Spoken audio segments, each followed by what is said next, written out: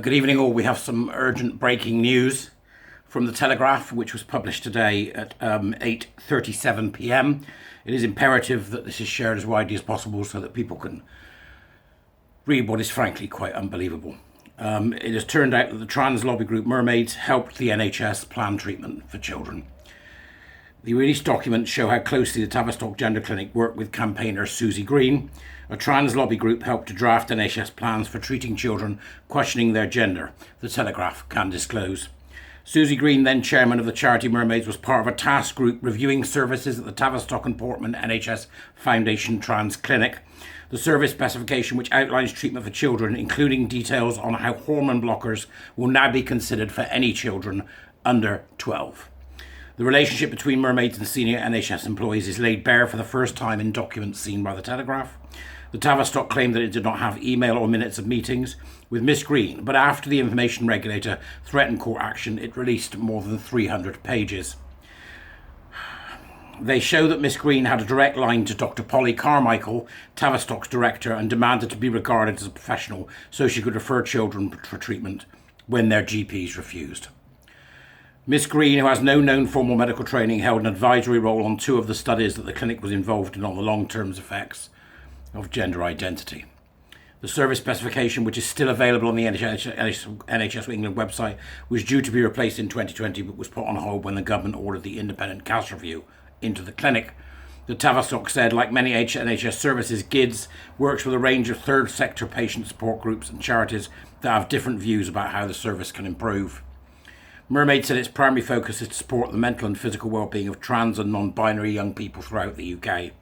Miss Green said it was not a secret that she was involved in the service specification. An NHS spokesman said, "We have started implementing advice from Dr. Cass and we have held a public consultation on a new interim service specification which will be published in the coming weeks."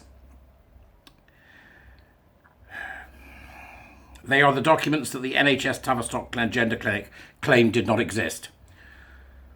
More than 300 pages of emails and minutes that lay bare for the first time the extent of Mermaid's involvement in England's only clinic for transgender children.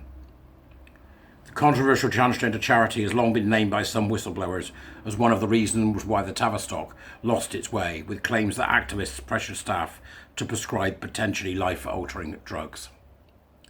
Now the Telegraph can reveal how Susie Green, then chairman of Mermaids, had a direct line to the clinic's director, Dr. Polly Carmichael, and was able to make referrals even when a child's GP repeatedly refused. The documents lay bare the depth of her involvement in the service, including helping to redraft the service specification and advising on a number of trials designed to inform the way they treated young patients. The Tavistock and Portman Trust had originally refused to release the details of the meetings between 2014 and 2018, relying on exemption under Freedom of Information Law, which said it would have a disproportionate or unjustified level of disruption, irritation or distress. When the Information Commissioner's Office asked them to justify the refusal, the Trust withdrew it and said that following an extensive search of emails, the Trust does not hold the requested information. The ICO said that on the balance of probabilities it did hold the information and threatened to refer them to the High Court unless they complied with a request from a parent. The Tavistock has now released 322 pages of communications between 2014 and 2018. They include emails between Dr. Carmichael, who still works at the Tavistock, and Miss Green, who has left Mermaids and now works for an online GP which prescribes puberty blockers. In one exchange from 2016, Miss Green contacted the head of the service to question the decision of staff to refuse a referral she had made. Upset not to be seen as professional, Miss Green, who has no known medical training, said that she was told that the referral was not validated or risk assessed by a professional, and that is why it was rejected. She added, I can only assume from this statement that I am not seen as a professional. I am now very confused, as my understanding was that your service would accept referrals from Mermaid, but this statement appears to suggest the opposite. If you do not accept referrals from Mermaids due to the fact that I am not a professional, I would like to know the reasoning behind this. Referral by a non-healthcare professional is acceptable from schools, social services, etc., and my understanding has been that Mermaids referrals were accepted. Your admin person made it clear that immediate action was needed or this referral would be refused, so can I ask for a level of urgency to be applied to dealing with this issue? Dr. Carmichael replied, we do accept referrals from third sector groups, and I know that you have helpfully sent in referrals in the past. This continues to be the case. Third sector groups often play a vital role in supporting young people and their families, and we greatly value their involvement. Miss Green sent referrals for young people who were unsupported by their GP, and in one case she sent the referral noting that the GP had consistently refused to refer. The documents show that as early as 2014 she was involved in the redraft of the service specification for the NHS Gender Identity Development Service for Children. She was one of 10 people who attended a meeting. Others included Dr. Carmichael, who chaired the session, Rob Senior, the Trust Medical Director, Professor Gary Butler, a University College London Hospital consultant, who is now the clinical lead for the Children's Gender Clinic, and Bernard Reid, the founder of the campaign group, the Gender Identity Research and Education Society.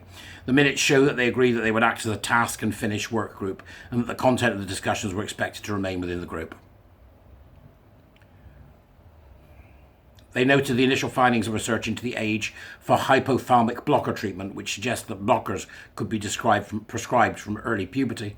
The Tavistock has not provided minutes relating to any further meetings of the group, despite notes stating that they would meet two to three times and share details of their review. As a result, Miss Green's contribution remains unclear. There's more to it. I put the links in the description. Go and have a look and see what you think for yourself. I'm sorry, folks. I think this is criminal. There's something terribly wrong here when the NHS and senior leaders are lying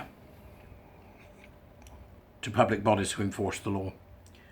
And for Polly Carmichael to say she's grateful for referrals is beyond the pale. Anyway, that's it. Okay, it's just a quick update. I'll catch you soon.